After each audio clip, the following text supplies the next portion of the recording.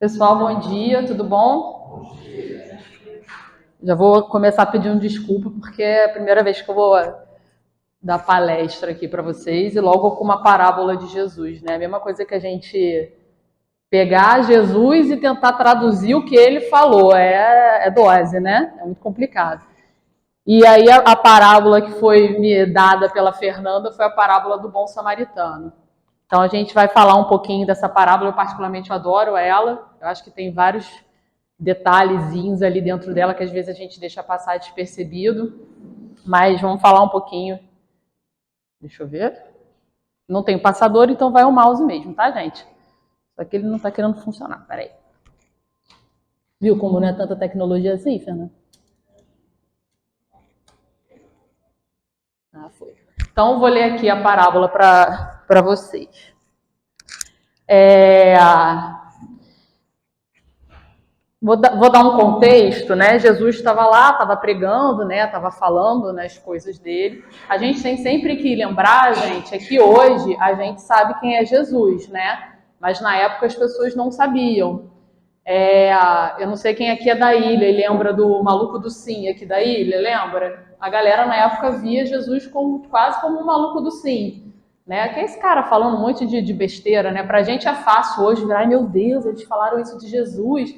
Mas pra galera da época ele era só mais um doido. Aí ele tava lá pregando, falando um monte de coisa, falando de amor. E aí começa o que está na Bíblia, né? Então, levantando-se, disse-lhe um doutor da lei, para o tentar, ou seja, para espizinhar mesmo, né? Mestre, que preciso fazer para possuir a vida eterna? Respondeu-lhe Jesus, que é o que está escrito na lei, que é que leis nela. Ele respondeu, amarás o Senhor Deus de todo o coração, de toda a tua alma, com todas as tuas forças e de todo o teu espírito, e a teu próximo como a ti mesmo. Disse-lhe Jesus, respondeste muito bem, faze isso e viverás. Mas o homem, querendo parecer que era um justo, diz a Jesus, quem é meu próximo? Jesus, tomando a palavra, lhe diz, o homem que descia de... Aí começa a parábola, né? O homem que descia de Jerusalém para Jericó caiu em poder de ladrões, que os despojaram, cobriram de ferimentos e se foram, deixando-o semi-morto. Aconteceu em seguida que um sacerdote, descendo pelo mesmo caminho, o viu e passou adiante. Um levita, que também veio àquele lugar, tendo-o observado, passou igualmente adiante. Mais um samaritano que viajava, chegando ao lugar onde jazia aquele homem e tendo-o visto, foi tocado de compaixão. Aproximou-se dele, deitou-lhe óleo e vinho nas feridas e apensou. Depois, pondo-o no seu cavalo, levou-o a uma hospedaria e cuidou dele. No dia seguinte, tirou 2 denários e os deu ao hospedeiro, dizendo, trata muito bem deste homem, e tudo o que despenderes a mais, eu te pagarei quando regressar. Qual desses 3 te parece ter sido o próximo daquele que caíra em poder dos ladrões? O doutor respondeu, aquele que usou de misericórdia para com ele. Então vai de Jesus e faz o mesmo. Quando fala ali, né, que o doutor estava querendo fazer o justo, na verdade não era que ele queria ser justo, uma pessoa justa, né? Ele estava querendo se fazer o juiz da época. Na verdade, ele estava querendo pegar uma pegadinha, né? E vou pegar esse Jesus aí no pulo, vou fazer uma pergunta que ele não vai conseguir me responder, né? E obviamente que Jesus consegue responder, dá um tapinha de luva, né? Então aí tem muitos detalhes nessa parábola. A primeira coisa que a gente precisa avaliar, isso aí seria mais ou menos uma imagem, né, de que seria lá o samaritano cuidando da pessoa, né? Então, assim, a primeira coisa que a gente precisa falar é o contexto da época, né? Jesus sempre deixou muito claro que ele falava em parábolas para poder simplificar para a gente. Eu gosto muito de comparar quando a gente fala de Jesus e a gente, eu gosto muito de comparar a gente com as crianças, né? Porque Jesus enxerga a gente da mesma forma como a gente enxerga as crianças. Então, quando a gente vai falar com uma criança de onde vem os bebês, aí a gente fala da cegonha, né? fala que a criança não pode mentir, conta a história do Pedrinho mentiroso lá, que fingia que estava se afogando.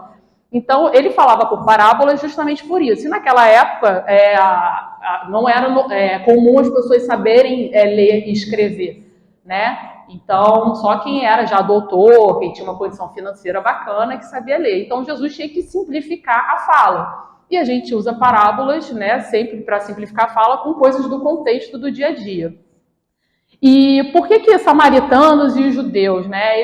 Os samaritanos, eles eram rivais, eram todos judeus, digamos assim, só que os judeus mais populares falavam que você só podia adorar o Deus em Jerusalém. Tinha lá o lugar sagrado que era em Jerusalém, só podia adorar lá. E os samaritanos já não, falavam que tinham que adorar num outro lugar lá, né, numa outra cidade. E aí tinha essa briga, e aí os samaritanos eram vistos como os excluídos ali daquela área, né? Era como se fosse o judeu que fazia blasfêmia, alguma coisa nesse sentido. Então eles eram vistos como a ralé mesmo. E samaritano, era como se fosse uma ralé mesmo, né? E a gente precisa lembrar, um pouquinho antes dessa parábola, eu não sei se na cronologia da época foi assim, mas na Bíblia está antes, que Jesus ele chega em Samaria com os discípulos, Jesus ia peregrinando, e ele chegava nas cidades e ele pedia hospedagem, né? Ele pedia hospedagem para as pessoas e tal. E quando ele chegou lá numa cidade em Samaria, ele não conseguiu hospedagem. Ele foi batendo nas portas pedindo e ninguém quis hospedar Jesus. E o que, né, a gente não pode julgar, né? Imagina, então o doido lá batendo na sua porta, fica na sua casa, dá um lanchinho aí com os outros doidos juntos, né? A gente também acho que a gente também não daria essa hospedagem. E aí 2 discípulos, agora eu não estou lembrando, mas acho que foi Tiago e Filipe, falam assim: Jesus, você quer que a gente mande descer fogo do céu nesses caras que não querem hospedar a gente? Aí Jesus, não, gente, fica tranquilinho aí, né? É praticamente a gente falando para as crianças, não bate no amiguinho, né? Não pode bater no amiguinho, tem que pedir desculpa, com aquela paciência toda que ele tinha. Então Jesus já tinha, na Bíblia já aparece uma passagem como se os samaritanos fossem pessoas ruins, né? Como uma passagem negativa. E aí é achismo meu, né? Que isso eu acho que Jesus estava pensando, mas que ele escolheu justo os samaritanos nessa parábola, primeiro, porque era o maior rival daquele doutor da lei, que seria como se fosse um pastor da igreja evangélica hoje, como se fosse um dirigente de casa espírita, se a gente fosse comparar, e porque ele falou, não, já usei o samaritano aqui numa coisa ruim, deixa eu usar aqui a coisa boa. Porque principalmente para mostrar, né, porque o samaritano como herói, para a gente acabar com essa dualidade que a gente acha que existe o bem e o mal. Na verdade, o bem e o mal estão dentro da gente mesmo, né? Todos nós temos coisas boas e coisas ruins. Então, não é que o samaritano é bom e o samaritano é ruim e o judeu é bom. Então, ele traz dizendo que todo mundo pode estar dos dois lados, né? E dependendo da situação. Então, acredito que foi por isso que ele pegou ali o samaritano para poder colocar aí nessa parábola, né? E quem fez esse questionamento era um doutor da lei, né? Como eu falei, o cara queria espizinhar mesmo, ele estava querendo testar Jesus. Na Bíblia tem exatamente essa palavra, tentar Jesus. Ele não estava ali para querer pegar conhecimento, não era nada disso. Né? Na verdade, ele estava ali querendo aparecer e falar, vamos ver que eu vou pegar esse cara no pulo em algum momento. E aí vamos falar um pouquinho dos personagens. A gente já falou do contexto da época, o porquê que tinha essa rivalidade, né? E aí eu vou começar no caso de trás para frente. O samaritano, como eu já falei para vocês, era visto como uma pessoa ruim, como um povo que fazia blasfêmia, porque adorava o Deus num outro templo. Então ele era visto como a escória da sociedade mesmo. Era o cara que era ruim, assim, né? O levita e o sacerdote eram cargos altos dentro do judaísmo. Então, eram aquelas pessoas que estudavam as leis, eram as pessoas que passavam as leis. Então, eram pessoas muito cultas, eram pessoas muito evoluídas intelectualmente. Elas tinham essa parte do intelecto muito evoluídas, estudavam sempre ali a Torá, enfim, todos os livros. Então, eles tinham toda a teoria ali muito bem detalhada, né? Dentro da cabeça ali. Então, eles tinham essa teoria muito carregada ali dentro deles. E um homem. Vocês notaram que a pessoa que vai precisar de ajuda, né, que está precisando de compaixão, nessa parábola, Jesus chama de um homem. E fala simplesmente que o cara estava totalmente despido. Porque naquela época a gente identificava as pessoas muito pelas vestimentas. Então, dependendo da vestimenta que a pessoa usava, se sabia se era samaritano, se era judeu. Então, por que um homem e ele estava totalmente nu? Para a gente não ter juízo de valor. Eu vou ajudar só porque não, ele está com uma roupinha ali de judeu, eu vou lá ajudar. Então, ele era um homem, ele podia ser inclusive um levita, ele podia ser inclusive um sacerdote, ele podia ser, enfim, qualquer coisa. Né? Então, Jesus só colocou ele como um homem, justamente para falar que a gente não tem rótulo. Né? Se a gente... O pessoal até julga muito questão de tatuagem de caveira, essas coisas, mas o simbolismo, né, da caveira é para dizer que por baixo disso aqui a gente é tudo igual. Né? Se a gente botar um monte de caveirinha uma do lado da outra, a gente não sabe se era preto, branco, amarelo, se era espírita, se era umbandista, candomblessista, evangélico, é tudo igual. Naquela época, isso seria através da vestimenta, né? Então, Jesus colocou o homem e totalmente despido. E aí, quando a gente vai na questão 842 da doutrina espírita, Kardec pergunta assim: como todas as doutrinas alimentam a pretensão de ser a expressão única da verdade, por que indício se poderá reconhecer a que tem o direito de se apresentar como tal? Ou seja, toda doutrina, toda religião se coloca como sendo a salvação, né? Então, se você for espírita, você vai ser salvo. Se você for católico, você vai ser salvo. Então, toda religião traz para si essa questão da salvação, né? E a gente vê que Jesus mesmo trouxe. Você viu que o doutor da lei pergunta o que ele faz para conquistar o reino dos céus. E Jesus só fala para ele amar o próximo. Ele não falou, você tem que casar virgem e tem que fazer isso e tem que fazer aquilo. Ele não fala nada disso. Ele só colocou essa condição para o homem. Mas no livro dos Espíritos, os Espíritos respondem para Kardec, né? A religião será aquela que mais homens de bem e menos hipócritas fizeram. Isto é, pela prática da lei de amor e de caridade, na sua maior pureza e na sua mais ampla aplicação. Esse é o sinal porque reconhecereis que uma doutrina é boa, visto que toda doutrina que tiver por efeito semear a desunião e estabelecer uma linha de separação entre os filhos de Deus, não pode deixar de ser falsa e perniciosa.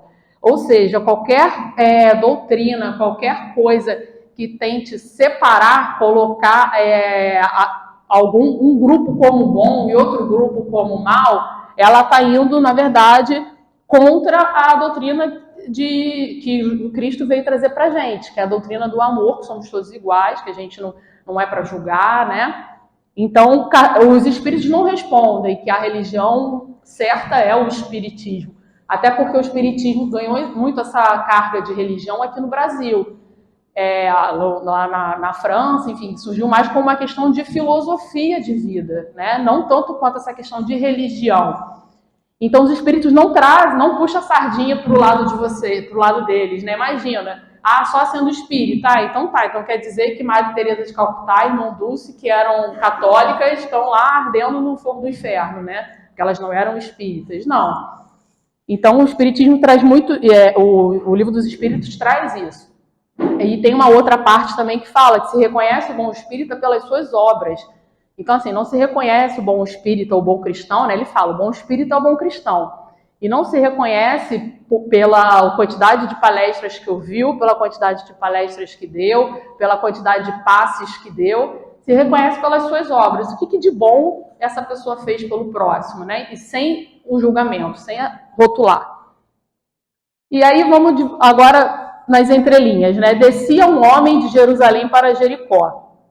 Jerusalém era a cidade onde o Deus era adorado. Então as pessoas iam a Jerusalém como se estivessem indo para a igreja, para fazer alguma coisa santa. Então esse cara, o homem, ele estava descendo de Jerusalém. Provavelmente ele estava indo lá fazer alguma questão religiosa. Então provavelmente, se bobear, ele era até um judeu. A gente não tem como saber. E os bandidos deixaram ele quase morto. Então, por quê? Porque ele praticamente não ia lembrar o que aconteceu. Ele estava quase morto, não estava morto. Então, ele ainda tinha salvação, né?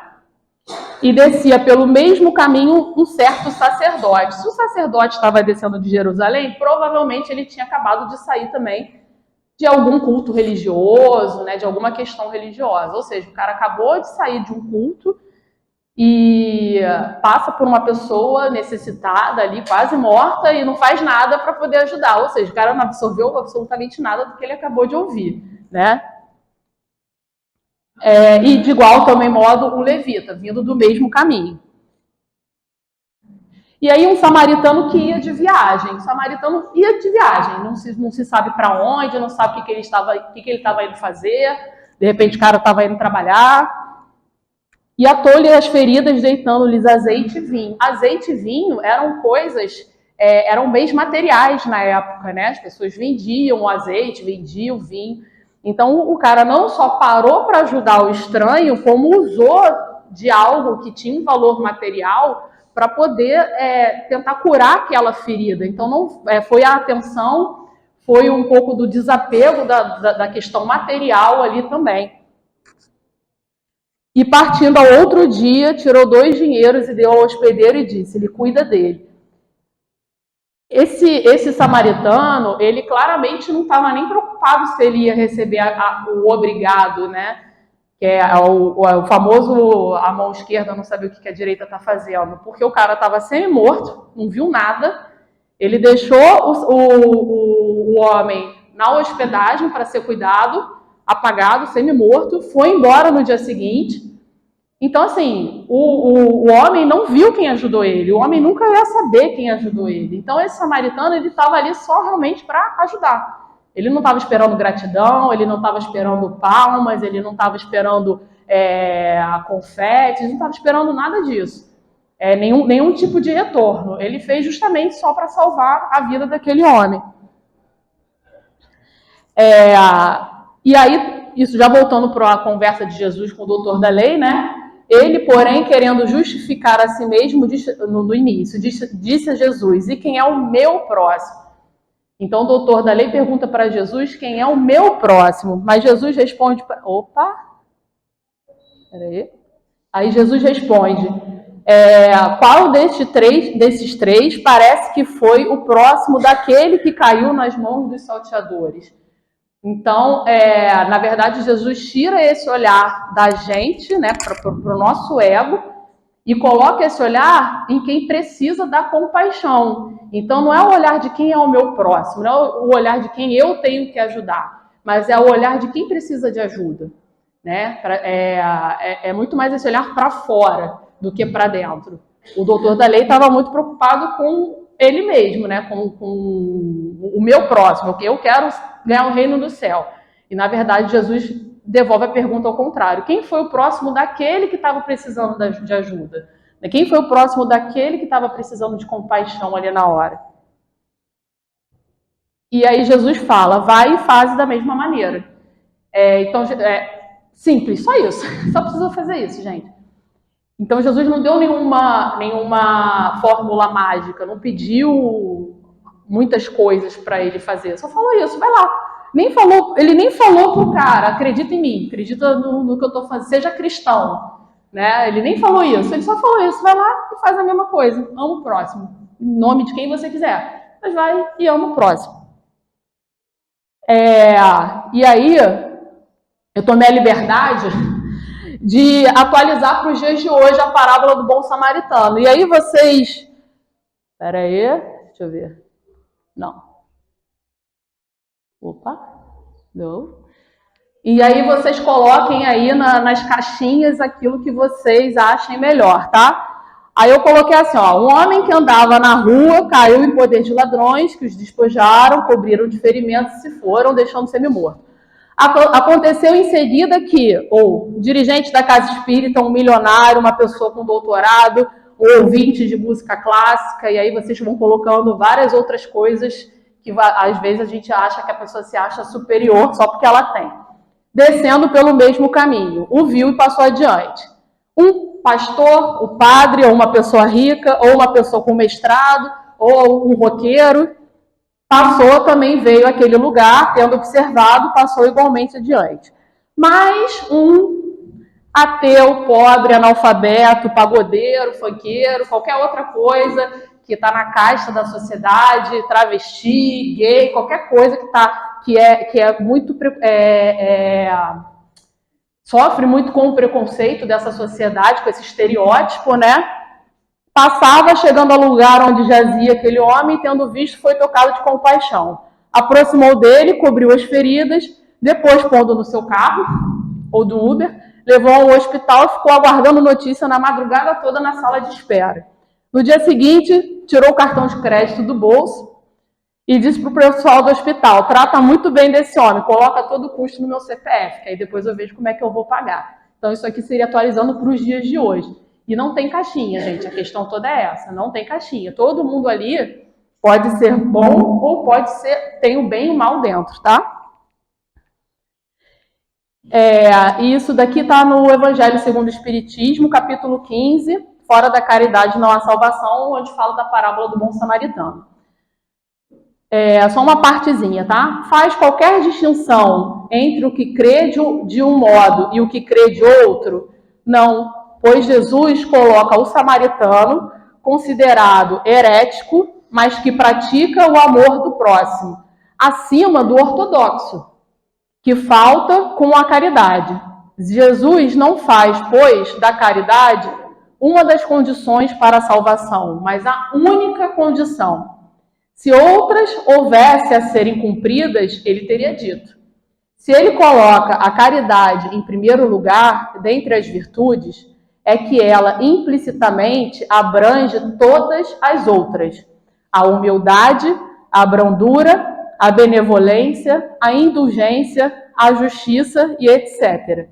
E porque é a negação absoluta do orgulho e do egoísmo. Então, a caridade, ela é a única salvação e ela tem que ser envolvida disso aqui tudo, abranger isso tudo. Então, é a caridade com humildade, é a caridade com a brandura, é a caridade com a benevolência, com a justiça. Por quê? Às vezes, a gente vê muita pessoa achando que está sendo caridosa, né? Um exemplo, né, de trabalho que a gente faz. Vou dar uma comida para um morador de rua. A pessoa, na hora que está dando aquele alimento, está se colocando como superior. Olha, estou te salvando, ó pobre miserável. E não é assim.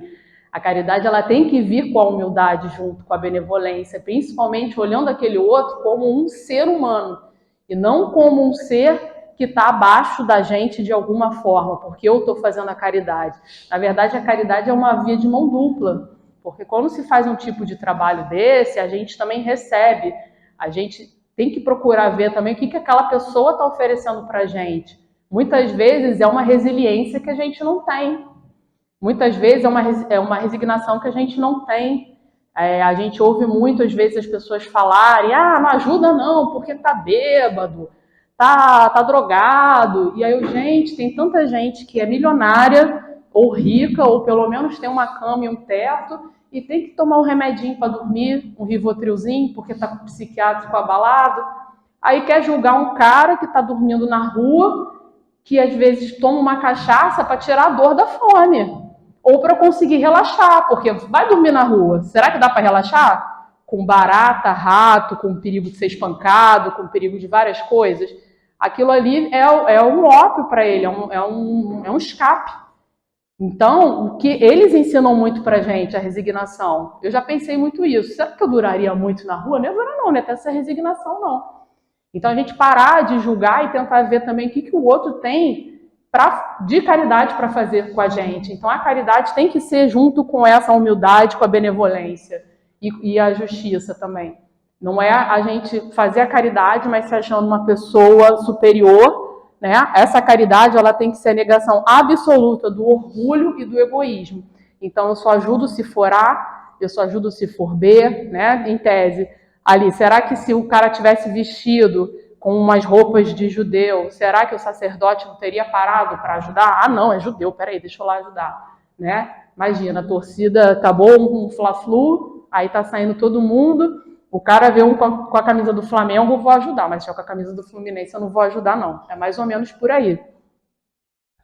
E aí tem essa figurinha, isso aqui é porque estava em inglês, aí eu só botei a tradução, né? Tem um homem caído no chão, aí uma pessoa olha e vê, ele realmente não precisa de ajuda, não. Aí a outra pensa, ele vai ficar bem. Aí o outro cara, eu tenho certeza que alguém vai cuidar disso. Alguém vai ajudar, não vai ajudar, não, alguém vai ajudar. E o outro fazendo o julgamento. Né? Aposto que ele tá bêbado. Então, se ele tá bêbado, ele tem que ficar ali mesmo jogado e passar necessidade mesmo.